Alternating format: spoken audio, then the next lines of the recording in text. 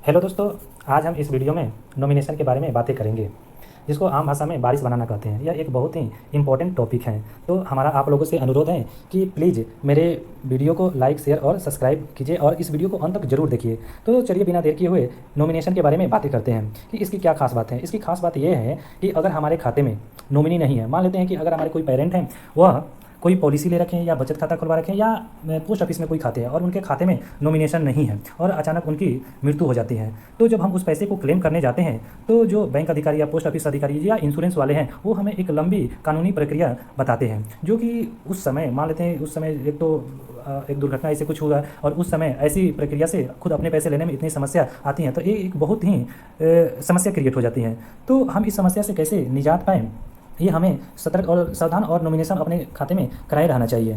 तो चलिए हम बातें करते हैं कि हम किसको नॉमिनी बना सकते हैं। नॉमिनी हम अपने किसी भी रिलेटिव को नॉमिनी बना सकते हैं, बशर्ते उसका उम्र 18 प्लस होना चाहिए। कि अगर 18 प्लस है तो सिंपल से हम आसान तरीके से, यानी जो फर्म में रहते हैं कि अगर मेजर को नॉमिनी बनाना है तो कोई दिक्कत नहीं, लेकिन हम माइनर को नॉमिनी बनाते हैं तो उसमें एक थोड़ी सी लंबी प्रक्रिया हो जाती है कि हमें माइनर के साथ किसी गार्जियन को ऐड करना होता है जिसका उम्र 18 से ज़्यादा है। तो ये सारी प्रक्रिया हैं नॉमिनेशन का। तो इसकी क्या फ़ायदे हैं? फ़ायदे ये हैं कि जब कोई समस्या आ जाती है या वही एक्सपायर आदमी हो जाते हैं, मृत्यु हो जाती है, तो जिसको हम नॉमिनी बनाए हैं उसको पैसे लेने में कोई बड़ी परेशानी नहीं होती है। वो सिंपल से जो आसान प्रक्रिया होते हैं, या बैंक हो या कोई भी हो, वो अपना पैसे का क्लेम कर सकते हैं और ले सकते हैं। तो हमें जो सिंगल अकाउंट है, खास तौर पर हम सिंगल अकाउंट की बातें करते हैं, चाहे वो बचत खाते की हो या सावधि जमा हो या आवर्ती जमा हो, उस सिंगल अकाउंट में नॉमिनेशन जरूर अपडेट रहना चाहिए। ये तो आरबीआई की भी गाइडलाइन है, हर एक बैंक भी यही चाहते हैं कि हमारे जो कस्टमर की जो पैसे हैं वो आसान तरीके से उसके चले जाएँ। लेकिन हमें थोड़ी सी असावधानी, थोड़ी सी सतर्क न रहने से हमें काफ़ी परेशानियों का सामना करना पड़ता है। तो चलिए हमारे पास यहाँ पे केनरा बैंक का एक नॉमिनेशन फॉर्म है, इसको भरने भी जानेंगे कि कहाँ पे क्या इन्फॉर्मेशन डालने हैं। तो देखिए सबसे पहले ये लिखा है नॉमिनेशन फॉर्म D1, इसका है जो फॉर्म नंबर है, ये भी हो सकते हैं। To be filled only if this facility is required by the depositor. ये सारे हम नॉमिनेशन जो इसका जो रूल और रेगुलेशन है वो 45J के बैंकिंग रेगुलेशन एक 1949 रूल, ये सारे हमें उतने की जरूरत नहीं है। बस हमें बैंक से ये एक पेज का जो नॉमिनेशन फॉर्म है अगर हमारे खाते में नहीं लगा है तो, या हम अपने खाते से नॉमिनेशन को चेंज कराना चाहते हैं, तो हमें एक एप्लीकेशन लिखना पड़ता है कि हमें इस खाते से इस व्यक्ति नामित है, नॉमिनी है, उसको हटाकर दूसरे लगा दीजिए, या नए नहीं लगा है तो इस फॉर्म से हम नए ऐड करा सकते हैं। तो इसमें देखिए थोड़ा यहाँ से ये एक कर्सर लेते हैं, बॉक्स लेते हैं, कहाँ पे क्या भरना है ये थोड़ा हम देखते हैं। देखिए डिपॉजिट, जो डिपॉजिटर है उसका एड्रेस यहाँ पे हम डालेंगे, जो डिपॉजिटर है यहाँ पे डालेंगे।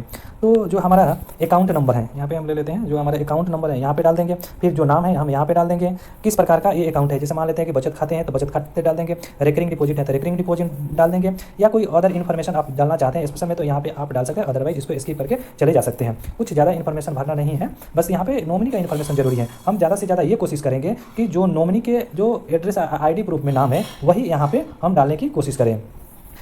और साथ में जो इस फर्म के साथ में जो उनकी आइडेंटिटी कार्ड है, आइडेंटिटी मान लेते हैं आधार जो होते हैं, जो एड्रेस और आइडेंटिटी दोनों में काम करते हैं, तो आधार कार्ड जरूर अटैच करते हैं कि जो फाइलिंग होते हैं, फिर जब ज़रूरत पड़े अगर इसको निकालने की उस समय कोई समस्या नहीं क्रिएट हो कि हाँ अपना ID दिखाएंगे कि हम ये व्यक्ति हैं, हमारा इसमें नॉमिनी है, हम इस पैसे की क्लेम करते हैं। तो ये सारी चीज़ जरूरी होता है। फिर यहाँ पे एड्रेस की बात आ गई, सॉरी एज की बात है, तो एज जरूर डालें। फिर देखिए यहाँ पे इंपॉर्टेंट चीज़ दे रखें, as the nominee is minor as on the date wise, मतलब आई वी अपॉइंट द इतना। अगर नॉमिनी माइनर है तो उस केस में नॉमिनी का यहाँ पे नाम, एड्रेस और एज हम नहीं लिखेंगे कि 18 साल 15 साल 20 साल, अगर उसका 18 से कम है तो हम उसका ओरिजिनल जो ID पे डेट ऑफ बर्थ है वो यहाँ पे हम जरूर मेंशन करेंगे, यहाँ पे डेट ऑफ बर्थ, क्योंकि जब उसका उम्र 18 हो जाएगा तो जो हम गार्जियन को ऐड करते हैं उसकी राइट्स खत्म हो जाती हैं। तो यहाँ पे अगर नॉमिनी माइनर है तो यहाँ पे हम गार्जियन को ऐड कर देंगे। सिंपल सी बात है। यहाँ पे जो प्लेस है ब्रांच का प्लेस डाल दीजिए और डेट डाल दीजिए, इस डेट में हम ये फॉर्म सबमिट कर रखे हैं। फिर यहाँ पे ये इंपॉर्टेंट चीज़ आ जाता है, इंपॉर्टेंट विटनेस से पहले देखिए सिग्नेचर एंड थंब इंप्रेशन, जो अकाउंट होल्डर हैं उनका यहाँ पे सिग्नेचर और थंब इंप्रेशन जरूरी हो जाता है, क्योंकि जो भी इन्फॉर्मेशन है वो एक तरह का डिक्लेरेशन है कि हम इस व्यक्ति को इस खाते में नॉमिनेट कर रहे हैं और सारे इन्फॉर्मेशन सही है, तो यहाँ पे वो साइन हो गया। दूसरी बात कि विटनेस कब आती है कि जब हम जब कोई अकाउंट होल्डर, खाता धारक इलिटरेट है, अशिक्षित है, वो कुछ नहीं साइन करना नहीं जानते हैं, तो उस केस में दो विटनेस की जरूरत पड़ती है, पहला विटनेस और दूसरा विटनेस, यानी जब वो अंगूठा इलिटरेट हो और अंगूठा